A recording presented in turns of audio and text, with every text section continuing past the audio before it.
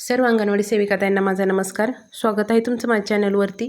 तर हा जो फोटो दिसत आहे ताईंचा, त्या आपल्यापैकीच एक काम करणाऱ्या सेविका ताई होत्या. तर यांचा अंगणवाडी केंद्रामध्ये जेव्हा मुलांवरती मधमाशांनी हल्ला केला, त्यामधून मुलांना वाचवण्यासाठी प्रयत्न करत असताना या ताईंनी आपले प्राण गमावले आहेत. तर सर्वप्रथम माझ्या चॅनलकडून या ताईंना भावपूर्ण श्रद्धांजली.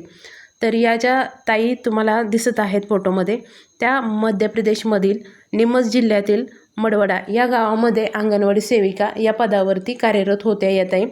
तर पहा, यांच्या अंगणवाडी केंद्रामध्ये जेव्हा 20 मुलं ही अंगणवाडी केंद्रामध्ये खेळत होती, त्या खेळणाऱ्या मुलावरती अचानक एक मोठा मधमाशांचा जो थवा आहे त्या थव्याने हल्ला केला.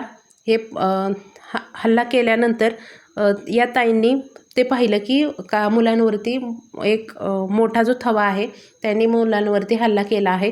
तर हे पाहून या ताईंनी काय केलं की जवळच त्यांना चटई आणि ताडपत्री दिसली. तर ताईंनी आपल्या प्राणाचा विचार न करता अंगणवाडी केंद्रामध्ये असणाऱ्या मुलांचा प्राण वाचवण्याचा प्रयत्न केला. त्यांनी ती ताडपत्री आणि चटई घेऊन त्यामध्ये सर्व मुलांना त्याच्यामध्ये गुंडाळलं त्या ताडपत्रीमध्ये आणि चटईमध्ये. त्यामुळे काय झालं, तर तिथं ताडपत्रीमध्ये आणि चटईमध्ये गुंडाळल्यामुळे तेथील एकाही बालकांना कोणतेही नुकसान झालेलं नाही आहे. सर्व जी काही 20 बालकं अंगणवाडी केंद्रामध्ये खेळत होती ती सर्व बालकं अगदी सुखरूप आहेत. परंतु हे करत असताना ताई ज्यावेळेस त्या बालकांना चटईमध्ये गुंडाळत होत्या, तेव्हा मात्र सर्व मधमाशांनी ताईंवरती हल्ला केला आणि त्या हल्ल्यामध्ये सर्व शरीरावरती ताईंच्या मधमाशांनी दंश केला.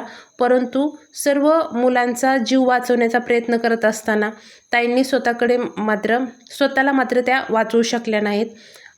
जेव्हा आजूबाजूच्या किंवा तेथील गावकऱ्यांच्या लक्षात आलं की अंगणवाडी केंद्रामध्ये असा मधमाशांनी हल्ला केला आहे, त्यावेळेस जेव्हा तेथील लोक मदतीला धावले, परंतु तोपर्यंत मात्र ज्या आपल्या अंगणवाडी सेविका ताई होत्या त्या बेशुद्ध झाल्या होत्या आणि त्या बेशुद्ध होऊन खाली पडल्या होत्या आणि त्यांच्या पूर्ण शरीरावरती सर्वत्र मधमाशांनी दंश केलेले होते.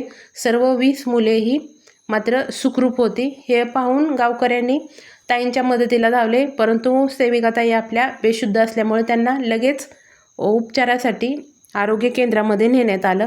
आरोग्य केंद्रामध्ये नेल्यानंतर तेथील डॉक्टरनी त्यांना मृत घोषित केलं.